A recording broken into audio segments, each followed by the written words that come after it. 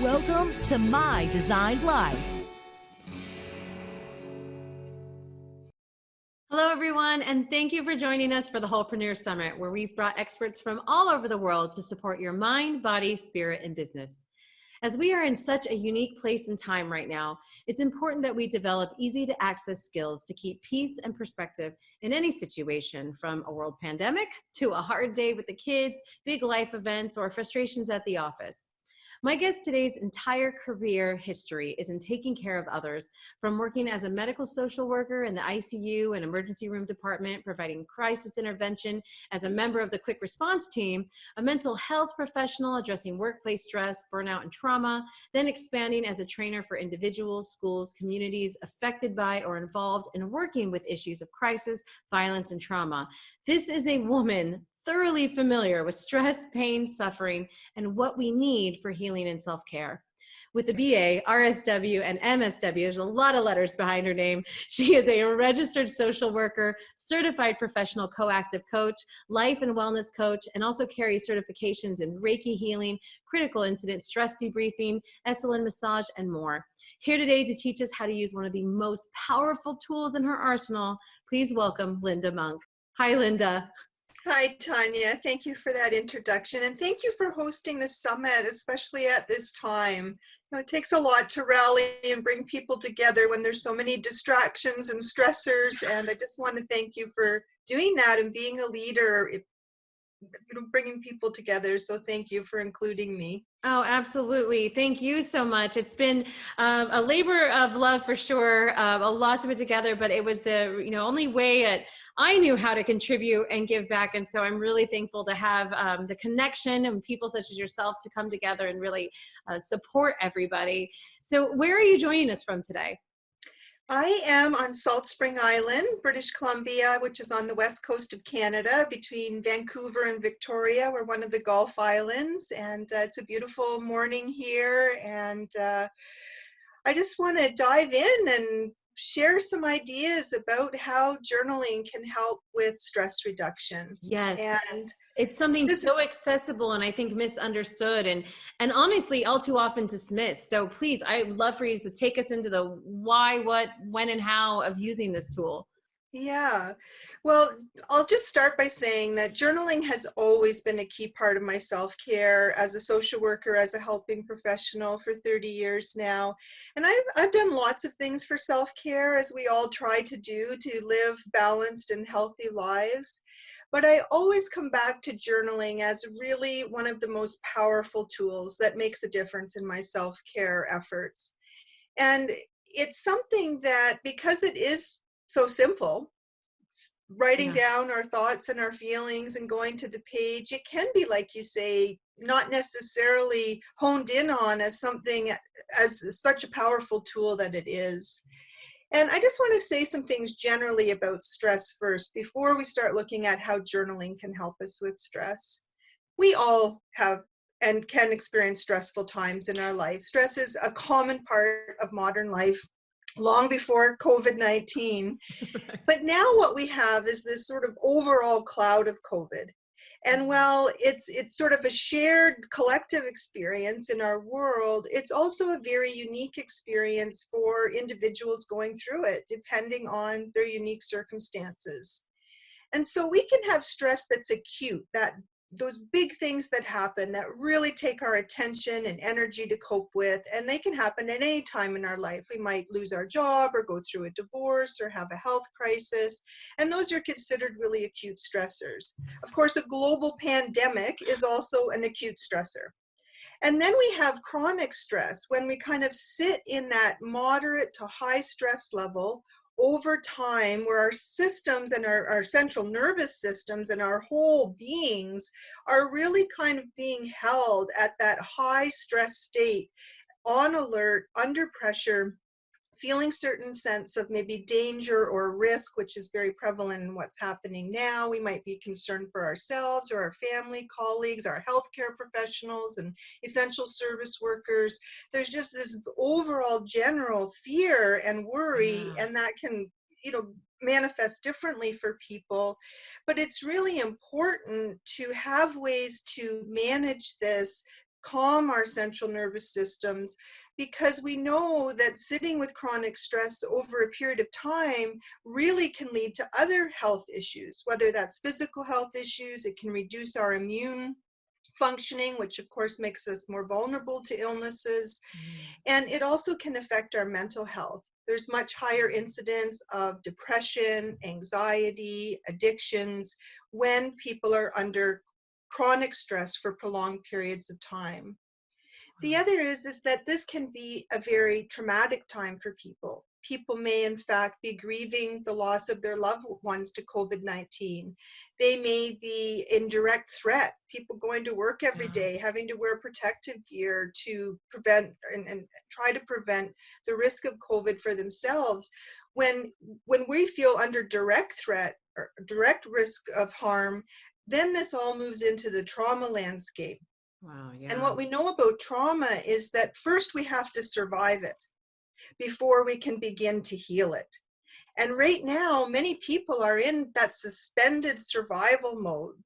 And that brings with it all kinds of other realities. People might not be sleeping well. They may be turning to coping mechanisms that actually aren't healthy, like drinking more and maybe in the isolation and staying home, not getting as much exercise, and just have more general stress at home. Yeah. So for myself, for example, I'm used to working at home combined with traveling for the training work that I do. But all of a sudden, the backdrop of that is a much different picture, having two teenage boys at home who I also have to support with their new online, homeschooling regime. Right, And as right. many people have said, it's not homeschooling, it's crisis schooling. It's not like we were set up to do homeschooling. We're sort of just launched into this. And then I have, my mom is in a care home. She suffers from Alzheimer's, and we know that long-term care facilities are very vulnerable settings. Yeah. My father-in-law is in a hospital in Montreal suffering from pneumonia. So there's a whole backdrop, and all of us have that in our lives. It's very tumultuous. Right. And So even though some of our everydays in one way seem the same, what's around us is still very different. Yeah. My friend posted a comment on Facebook, Sonia, and she said, we're not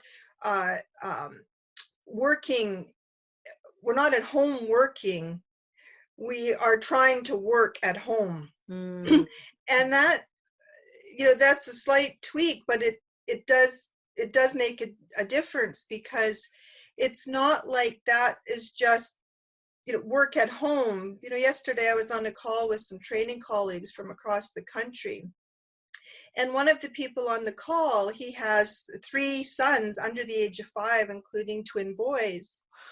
And it was his son's 3rd birthday yesterday. So before this call, he made him a pancake with the letter R on it. His name is Riley. And to be on this call, he had to kind of sequester himself in the basement to get a few minutes of quiet. And all of this is happening while he's trying to facilitate a call across the country as a leader and of a team and so forth. And so stress, yes, we all have stress. And it's important to remember that at all times, stress is subjective. What might be stressful to one person might not be to another, given all kinds of factors. And also how we cope with stress is different for all of us. There's no one size fits all. There's many things we can do. But what's most important is that we do something. That one, we acknowledge whatever stressors we're under, because awareness is a very critical aspect of managing stress. We have to acknowledge it. We don't want to dwell there and overwhelm ourselves, but acknowledging it helps us see it and therefore be very proactive. Hopefully, how do we want to cope with it? What do we need to do right now during COVID-19 that we might not need to do in our more normal or regular schedules and lifestyles?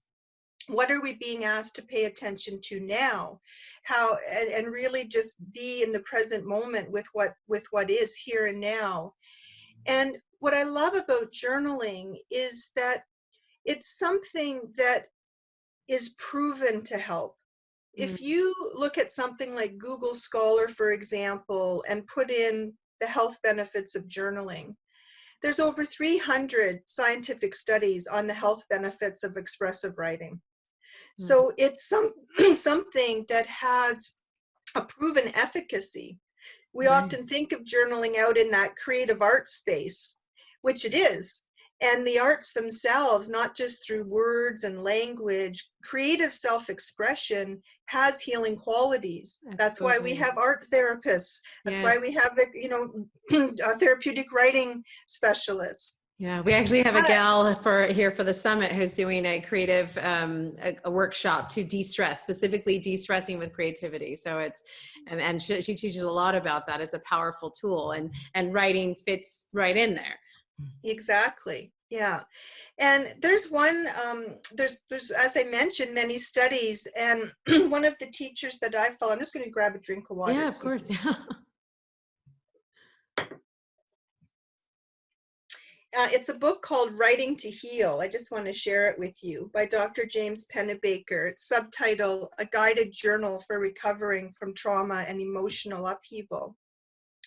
And he did some groundbreaking research that is still referenced today, where he had people write for 4 consecutive days, 20 minutes a day, about the biggest stress or trauma or significant emotional disruption that they had personally experienced.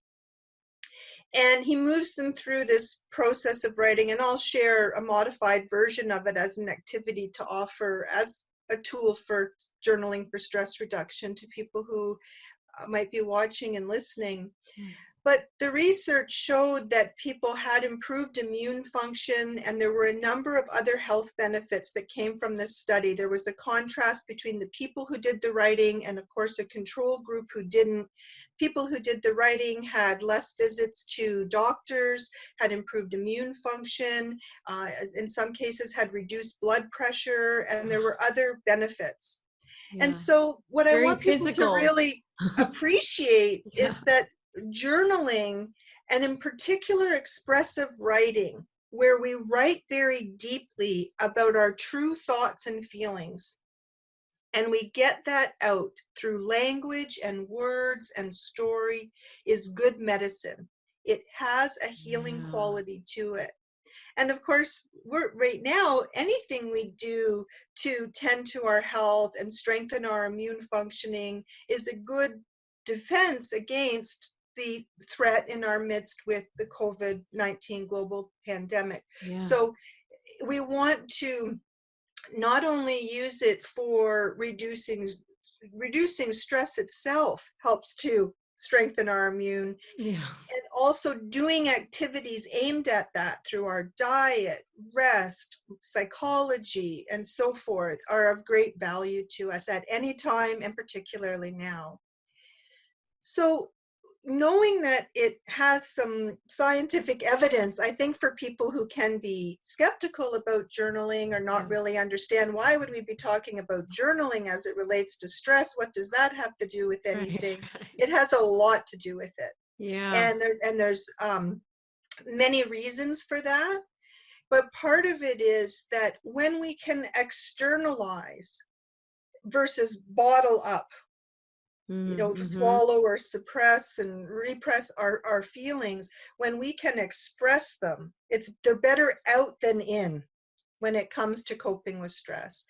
And we want to have healthy ways to do that. That's why people go to counselors, call crisis lines. I heard a stat recently here through our Canadian Mental Health Association, and I know you have a global audience, and I'm sure these are replicated out through all kinds of organizations.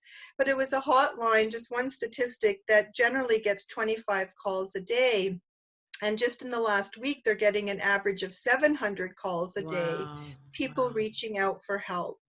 And all calls, they kind of keep categories of what types of issues people call in with concern about.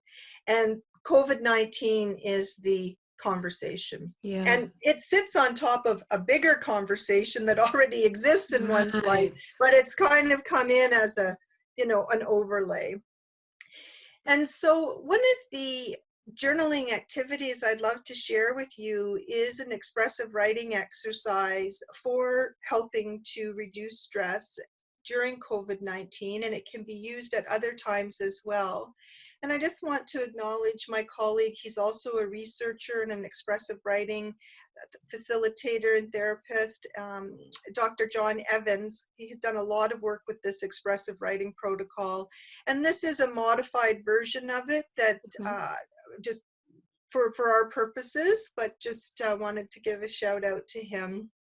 We learn from each other in all of our respective fields, and the whole therapeutic journaling field has wonderful researchers and clinicians and facilitators and authors. It's it's a whole profession, and people don't know that I either. was just surprised, like, wow, it's a therapeutic we know there's massage therapists, we know there's physicians, we know there's nutritionists, we know about a lot of occupational groups that are in the health and wellness space. And I just want to say that there is a whole profession of people who live and breathe therapeutic writing as the work that they do in the world, at universities, hospitals, oncology clinics, and in schools and so forth.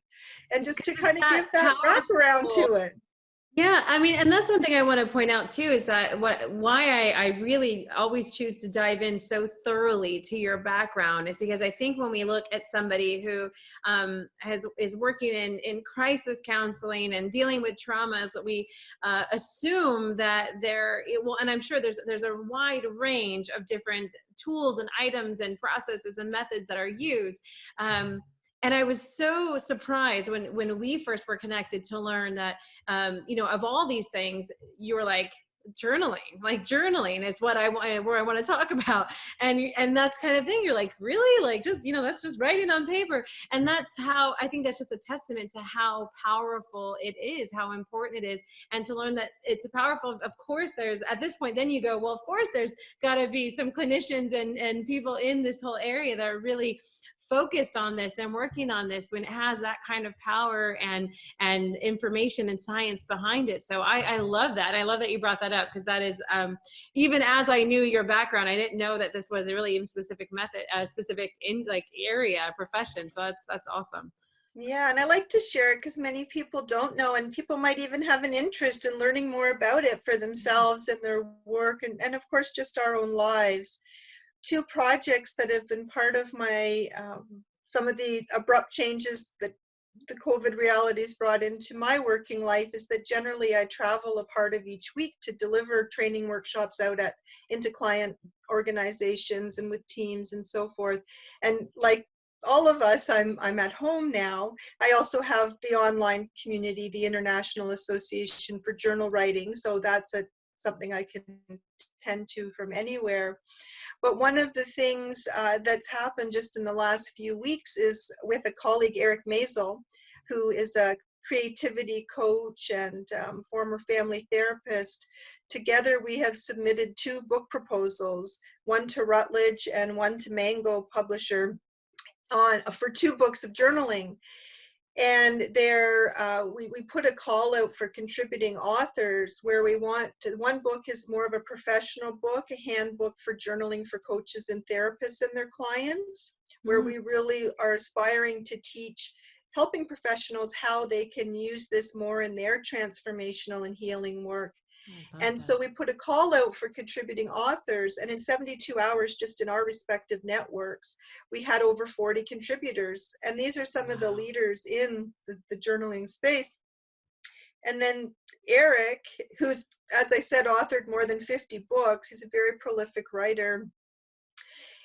He said, we have all these authors, why don't we propose a more general population book, a new generation book on journaling, which we have a working title of The Great Book of Journaling, and it has a subtitle, where we can filter out all kinds of journaling techniques, the research, tips, inspiration. Like, people can pick up this book and just have 80,000 words on where they can go with this. So we just submitted that proposal yesterday. So I'm really hoping one of the beautiful things that comes out of this tweak in time are these birthing of these 2 new books on journaling in our world. So I'm very excited about that. Yeah, please keep us posted on that. Yeah, so let me take you into this expressive writing that you could do for yourself. You could do it anytime. Specifically, I'm going to talk about it, as I said, as it relates to COVID.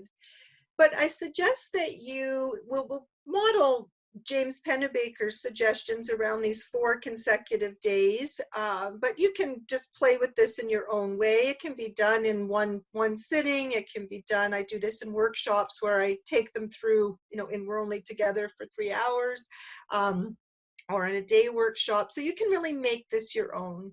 But the first pass of writing is to write about your stress.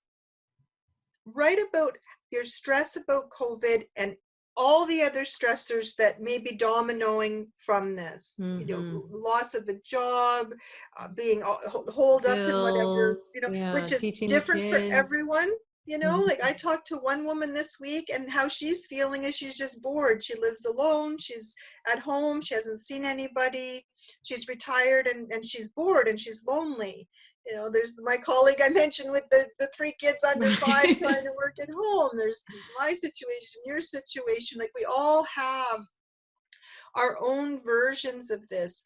But to write about how you're feeling about COVID-19 in the world, in your own life circumstances, and to write about the feelings of distress, upset, stress, fear, as deeply as you can.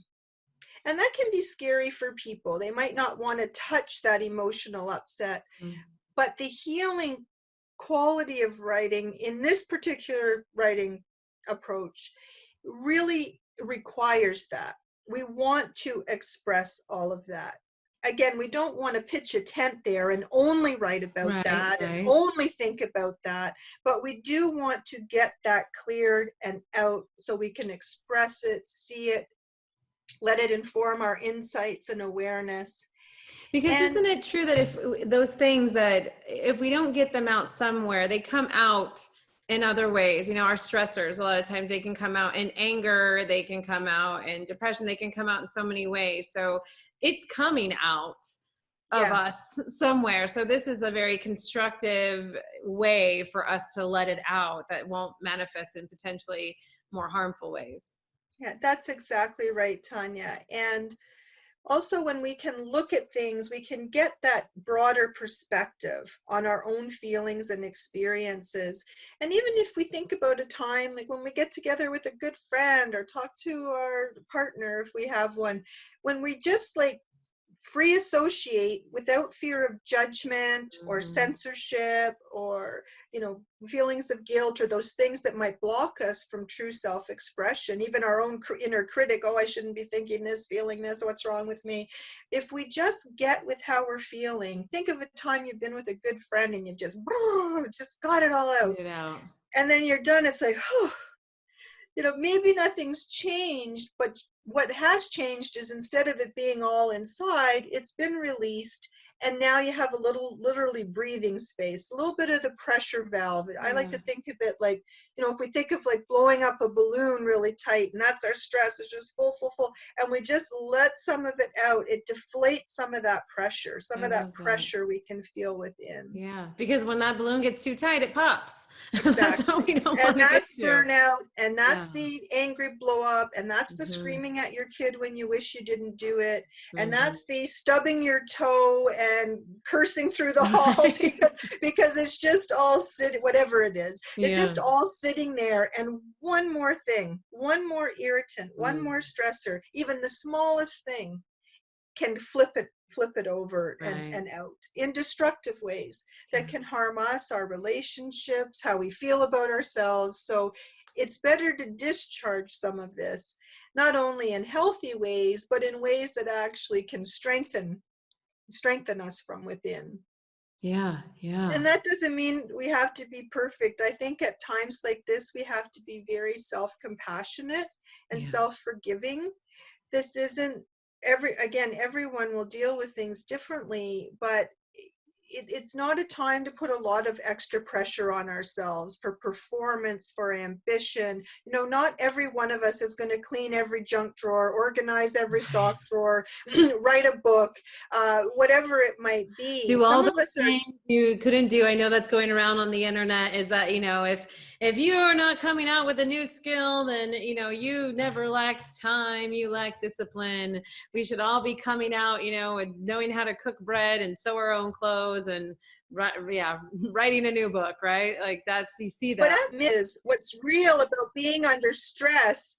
We can't process as well. We can't think as well. We have more when we're more highly distracted. When our whole stress alert system is ramped right up, we have amygdala hijacks going on all day long. You might be sitting at your desk and think, what was, you know, just yesterday I was at my desk and what document was I just opening? And I normally have, you know, 20 documents opened at once. And I was like, what am I even doing here? Or, you know, my kid came in and wanted something, which is great. He's here and he needed to ask something. But that minor distraction, it took me 5 minutes to get back to where I was, where normally it would take me 5 seconds. Right. So with our processing time, all of it, we have to be understanding of what we're going through and then bring that into ourselves and each other, you know, in our homes, but also in the social media space, because that's where a lot of our connection is happening right now. Right. It's Zoom calls, it's Facebook posts, and so the discourse in the social media, which is now the high volume place of human interaction, where it's often in other places too, coffee shops, workplaces, and, you know, so forth, it's holding the whole of that human experience. It has the people that are, you know, studying Spanish because it's been a lifelong dream, and it has the people that are just, you know, trying to get out of bed in the morning, trying to figure out how they're going to feed their kids, pay their rent. That ship might have already sailed. There's people on the verge of homelessness, bankruptcy. There are big consequences to this that will have long-lasting effect. So if you have this soundtrack that's all, you know, the productivity and what's possible, there's a wide continuum of human experience right now, and all of it benefits from a moderate voice of compassion, care, understanding, empathy, because those things, kindness, those things are what strengthen us collectively and individually. So we don't want to be too harsh in a social media response, or also too sensitive. You know, taking things really personally can be part of what happens under high stress. Right. And I know I made a post myself one day after I talked to someone who didn't mean any harm at all by it. She simply said to me, and again, context is everything. This woman is retired. She doesn't have any children. She's financially independent. She lives on her own. And in her own words, her life hasn't changed at all with what's going on. And she said to me, knowing that I travel a lot for work, she said, "Oh, you must feel like you're on vacation being able to stay home." And I you know, I sort of sat with that and I thought, you know, we're trying to deal with businesses that are collapsing. You know, we're in a tourism business is one of our family ventures, which is completely collapsed under this. Not only do you have cancellations, you have you know, many thousands of dollars of refunds, digital support. Everyone has their own picture on these things. Yes. But I was thinking to myself, you know, we're trying to feed kids, deal with businesses crisis, parents in care homes, you know, everyone's got their own list of stressors, and also their list of resilience and beautiful things. You know, I'm grateful I live where I can walk out the door and be in nature. We live at the water, we can go kayaking. We have a very good situation to have to a container to have to navigate this, and I give thanks for that every day. But the message, oh, you must feel like you're on vacation, it's kind of, I sort of in my mind thought all of these things, it's like we're not on vacation. We're trying to cope with the global pandemic in the world. Right. And so, but again, to be compassionate, that was just an off the cuff comment my friend made. And then it lands in what's real in my experience. And that's happening all the time on social media. And Right. you can see the discourse volleying about and the tension sort of brewing with the different places people are with all of this. And but I think if we let, with ourselves, with our families, with others, let a very deep-rooted sense of compassion, kindness, empathy, understanding, forgiveness, just gentleness. Everyone's holding a lot themselves, caring what we hear about others. And that may always be true, but we may not always be as attuned to it as we are in these circumstances because we're collectively on high alert. Yeah, it's one of the first times we're all in some way going through the same thing, like not going through the same thing, but we're all affected by one singular thing that is in common, and that doesn't happen very often. Exactly, as I think Madonna and many others have said, this is the great equalizer. And it may or may not be. I don't necessarily say that that's my view, but that's a discourse that's out there as well. Because of course there is still great disparity. This happened inside of, comes into life where there's already many marginalized people, there's already many people living in poverty, there's already many refugees, millions of refugees in our world, and this comes over, and it, there's all the other collateral damage. There's the increase in drug overdoses, there's the increase in suicides, there's the increase in people who would die because they couldn't get their elective surgeries that they needed. So there's still a whole story that is going to come and live alongside of this, that's going to be stressful and going to have. And so again, back to our journaling, we come to the page, we greet it as a place of opportunity for our own restoration, self-care, healing, strengthening. And the first thing we do in this expressive writing exercise is to really write that all down. Write the distress, write the stress, and get it out.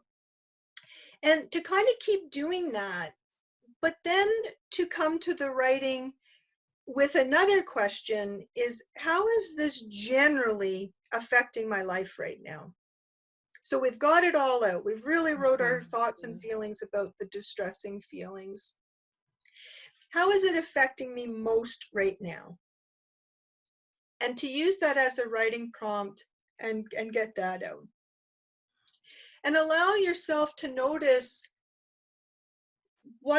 how is it affecting us? Maybe negatively. What opportunities is it presenting, if one can find that? We can't always find that, but if we can, what good things are coming from it? What new insights are we having about ourselves and our lives? I love some of what we were talking about together prior to this, that things that may be patterns for us that are always there, but now we kind of really see them in a new light. Write about those insights, write about those noticings, get really curious. What am I noticing about myself right now that I haven't maybe noticed before? What do I know about how I cope? And just kind of get curious about, how is this current reality, that in this case, the COVID-19 pandemic, how is it affecting your life right now?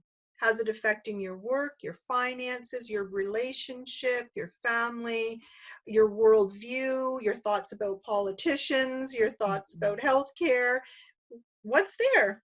Just kind of really get out into the territory of how it's affecting. Okay. And then from there, we want to move into, and this is really prevalent in, for example, narrative therapy is an approach for healing where we use restoring or constructing the resilient story to really come into our own sense of empowerment, resilience, capacity to cope. And so it's a chance to write about what have you learned, what have you gained. And in this case, we're still in it.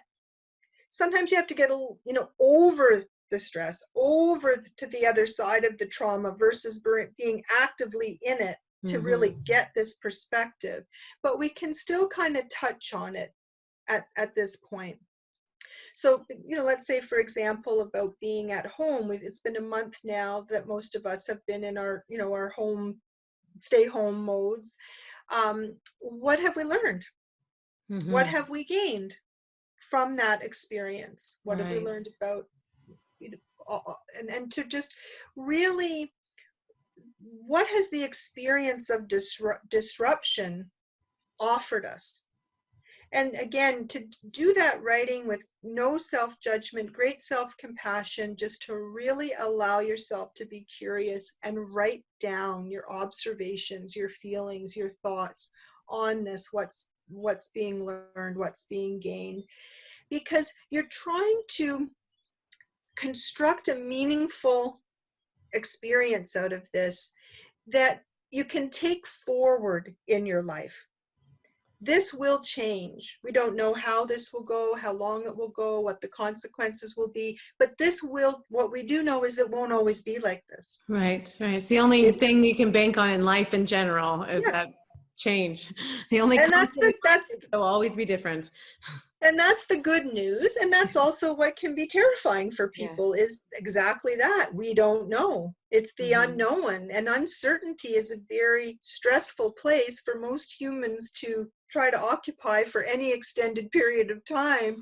But the truth is, in some ways in life, we're always occupying that. We never really know what happens next. And in this case, very broadly speaking, we don't know in very practical, real ways. We don't know when we'll be allowed to go out of our homes, for example, or when people can resume to work or ride a bus or whatever. Shake hands. Hug their friends and loved ones, and go into a care home and be with a loved one who's dying versus trying to wave from a window. We don't know. So but what we do know is that, and James Pennebaker talks about this in his book, as do other authors and therapists and so forth, that even horrendous life experiences can provide us with positive feelings and insights. Not necessarily while they're happening, but in retrospect, they can. And when we do writing in this way, it's not to say that we have to make good out of the experience or that the experience itself is good, but have the experiences helped us have a broader perspective. And is that perspective somehow good? Is that perspective somehow helpful to us? And so we can use our journaling in a very intentional, therapeutic way to not only reduce stress, but to increase our resilience, to increase our coping capacity. And in James Pennebaker book, he actually writes in the book, he says, it is important to acknowledge the bad and look for the good. The degree to which you can do that in your writing, and I would say in our lives, beyond the writing, is one factor that correlates to improved health. It's actually that is immune strengthening and health building. Wow. That ability. And I would say it's also the heart of resilience, because if we look at the research in positive psychology, and specifically in the field of resilience around how do we handle disruptive change and still manage and perform, another definition of resilience is the ability to bounce back after times of adversity, which of course this is exactly what's going on right now. Key pillars of resilience are our ability to have a positive worldview. No matter our circumstances, can we have a positive worldview? I mean, if we think of books like Man's Search for Meaning by Viktor Yeah. Frankl, who was in a concentration camp. That was the message in that book. You can be in the most extreme of human traumas and despair. How do you find and make meaning? Yeah. And that's the same with what we're doing in a um, relative way, through an exercise like this. Yeah. Well, and I love what you said there too, is acknowledging the bad. And I think that's the part that people miss when they hear a kind of a message like this of like, well, find the good. And you're like, there is no good. This is sucks. This has been terrible, whatever the situation is, or trauma or something that's happened. In this case, this, situation, that there can be resistance, but they can both be together. We can acknowledge that this has not been ideal. This has been great, terrible, however version that you want to acknowledge of it. And then also find either the good, or find the meaning, or find something we've learned that's good in it, to give it some meaning, and that they can coincide. It's not, I think that's what people hear sometimes is like, you're supposed to just go, well, this is great, and put on a happy face. I love COVID. And no one's asking anyone to do that. No, It's it, acknowledging it, that. And yeah. And in fact, that would be unhealthy. right. That push for some Pollyanna rose-colored glasses. I'm not suggesting that, because we want to be very genuine with what's real. Mm-hmm. And to do the inner work, if we're able, to acknowledge that in every bad situation, there holds the possibility of something good. And that good may be very simple. That good may be, I get to wake up and have another day of life today. That good may be, right now I can have a fresh glass of clean drinking water. Mm-hmm. That good might be, I'm reminded of all the people that I really love and care about, especially now that I can't connect with them. So it's not that we try to sugarcoat the really shitty things that happen. Right. It means that we allow ourselves a broad enough perspective to be informed by those things, to have our character built by those things, to somehow even maybe have them inform other people.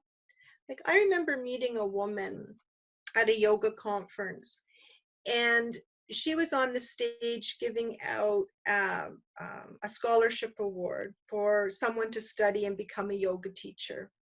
And she was on that stage because she had 3 children, and her son died as a teenager by suicide.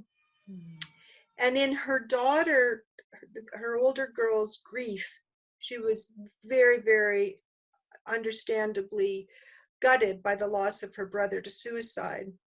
She went through her own depression during her grief.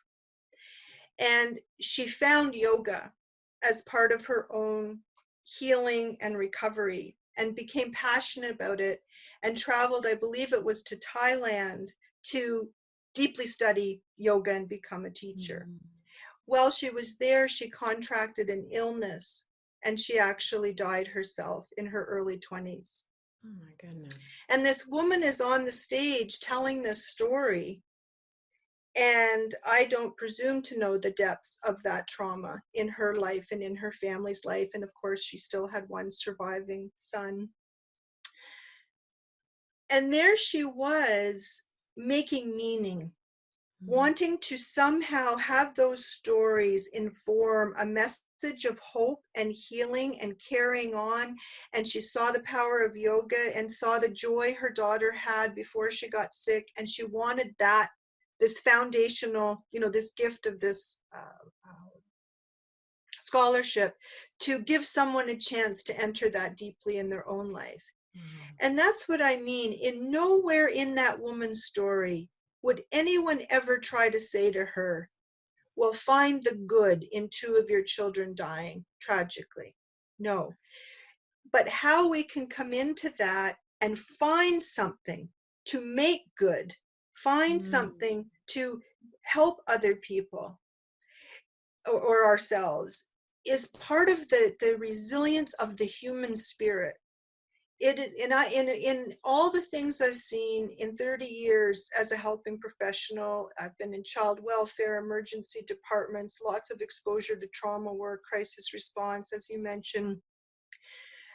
It is the way humans survive that has always sustained me. The witnessing of how people can go through the most horrible things and still find something to be grateful for, and still take that learning and try to offer it to other people.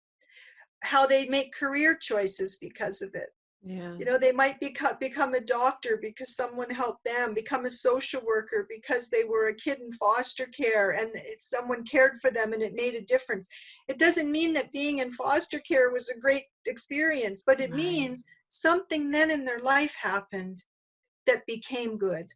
Yeah. And it might not have been that thing had they not gone through, you know, the adversity. So it's about, and that's a big difference. We're not saying, like you said, Tanya, to say, oh, you know, find the good in COVID. We're saying find what part of ourselves is part of a resilience and survival story, so that we can remember we know how to do this. We know how to get through adversity. We know how to get through tough times, because if you're still breathing, you've done it before. Yeah. No human life is without some moment of adversity, loss, grief, things we couldn't have imagined that happen. Now, they're on degrees, to be sure. Some people haven't gone through significant traumas or significant, but it doesn't mean they haven't witnessed, just through being alive, human suffering vicariously, Right. you know, to some degree. So we do know, we know how to survive. We know how to dig in. And in the journaling, we want to really use our journal in that very intentional way to tap into our own resilience. Yeah. And not only that, but a couple of other journaling exercises that we can do to help manage stress or reduce stress is what I'm sure many people have heard of, which is gratitude journaling. And being able to start our day grounded in what we're grateful for, end our days with what we're grateful for, or positive emotions, strengthens our mental health. It strengthens our well-being. And you don't have to look far. You know, Oprah Winfrey revolutionized the gratitude journal. You don't have to look far for evidence of the invitation to be grateful. Yeah. And there's nothing too small to be grateful for. Your next breath is worthy of deep reverence, especially when there's, you know, threats of the alternative. So there's always something. And when we can build our gratitude muscle, we build our resilience. And the late Dr. Wayne Dyer, he taught the last 5 minutes about a practice, an end of the day practice before we go to sleep. You may have heard of it. But essentially, he taught that what we think about the last 5 minutes before we go to sleep comes with us into our subconscious time, our dream time, our sleep time. So if before we go to sleep, we worry about our finances and our marriage and our, you know, and that's our last thoughts, that comes down with us into the time of sleep. And if we can intentionally, before we go to sleep, think of a positive emotion or a positive experience or our gratitude for anything at all out of our day, something we learned that day, felt, noticed. It could have been, you know, a magnolia in blossom, anything at all. You know, the taste of the first sip of morning coffee, the hug to someone you love before you go to sleep. And really keep exercising that capacity to name gratitude. And many people do that by listing gratitude in their journal. And it has that bolstering, feel good feeling. And of course, there's that wonderful expression that what we focus on grows. Yes. And we can use our journals to really be a place of cultivating and letting in. It's like planting a garden. There's um, wonderful work by Dr. Rick Hansen around in his well-being program and mindfulness. He talks about how we can let something in, plant a positive garden. We can let it go, kind of pull out the weeds, the things in our mind that don't serve us, and we can let it be. We can just sort of be with what is and kind of try to neutralize that. And so our journals, we can do that. We can let it in, we can let it go, and we can let it be through where we choose to write. So I invite people, if they do nothing else in their journal, to just have a notebook and a pen and engage in that, writing, finding things you're grateful for. And I like to challenge people. If it was easy for them to write 10 things, write 20. If it was easy for you to write 20, write 50. Like, exercise that gratitude muscle, because it really gives back in so many ways. I love that. And the other is to write about simple pleasures, simple joys, because they're in our midst. And writing about it allows us to live it twice. We have the experience, and then we have the savoring of that experience through the writing, and it really can uplift us. And I know if I'm feeling really down, I'll go to my journal and I'll either write about what I'm down about and get that out, and then I'll turn to and what, just a few minutes of writing about something that I found beautiful or that uplifted me, or I might even write an inspirational quote in my journal, just to keep filling, to let in. I let go with the catharsis, and then what am I going to bring in? And we can fill our journals with that beautiful emotional, psychological, spiritual journey through the writing. I love that. Oh my goodness. This has been absolutely amazing. I don't know that I've ever been so quiet on on an episode before. There was just so much wonderful information, and I think just comfort in a lot of ways to hear. I'm sure that comes through with the fact that with the background that you have, of the comfort to hear that, it's okay what we're going through.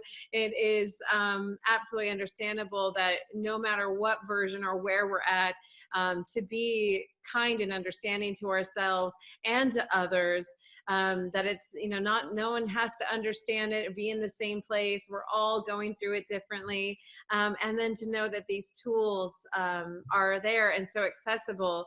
And so I love this. And before we wrap up, can you please tell everyone where they can find you, connect with you, work with you, any of those things? Yeah, well, I'd love to share a free gift I have. It's called 7 Servings of Journal Juice, and it's 7 daily short emails to your inbox that offer journaling prompts and exercises and inspiration for your own journaling journey. And you can find that at iajw.org/journal writing, all one word. And that's just a page to get that gift. The website itself is iajw.org.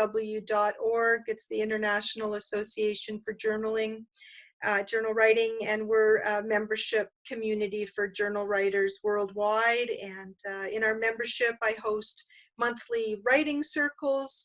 This past week I did one, and we had people from Australia, the US, Scotland, Canada, and the theme of our writing in this week's writing circle was around kindness. What kindness are people offering? What kindness do they need? And what kindness have they been what kindness have they been noticing within? And it was so powerful to share that writing time, and people have sent lots of emails about how much it helped them.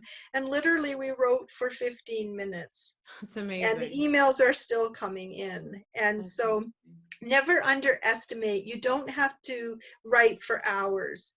In James Pennebaker work, they wrote 20 minutes, as I said, for 4 consecutive days. Wow. In my journal writing workshops, I get people to do a 5-minute timed writing. I give them a prompt. And sometimes it's as simple as right now I feel, or right now I notice, that real present moment awareness. I Yeah. set a timer for 5 minutes, and people are always amazed how much comes out in 5 minutes. So if you don't have time to write, take time for the 5-minute journal entry, because you'll be amazed how good you can feel and how much it can bring into your life that can be supportive to you, not just now, but in life that will flow beyond now for us. Yeah. Yes. Oh my goodness. This has been amazing. Thank you so much, Lynda. I was just soaking it all in. There's so much in this. I'm going to tell people, you guys got to watch this like over and over and over again. And then don't watch it too much, because you need go journal and use this powerful tool. So you can use that time that you have to do that. It is just amazing. So thank you. And you guys go out and connect with her, connect with the IHW.org, all the resources and tools, the freebie that she has there, and to take it that step further, or get involved, or have that support, or maybe you just need that extra push to do it. Join that group. There's so many different options. I know there's a lot of information on your website. I remember, so I was like, well, there's so many things. So I think it's a great tool and resource to get going with this, but it also isn't necessary. You just grab that pen and paper and get started. That's the other thing too. So, Yeah. Again, it's just such a great thing for that self-care and success, to support yourself through all types of situations. So again, so thankful for you to share this, and thank you all for showing up to create your best life, your best business. As you know, this summit is free. So if you enjoyed it, enjoyed what you learned today, we would love your appreciation in the form of shares, likes, comments, and follows. And if you haven't already, please check out our weekly show, My Design Life, where we test methods and habits to live a life you love. You can also connect with me at Tanya MFK and at My Design Life Show on Facebook and Instagram, and learn more about our workshops, courses, and coaching at TanyaMFK.com. So remember, your someday starts today. Make it the best. I'm Tanya MFK, and I'll see you next time. Welcome to My Designed Life.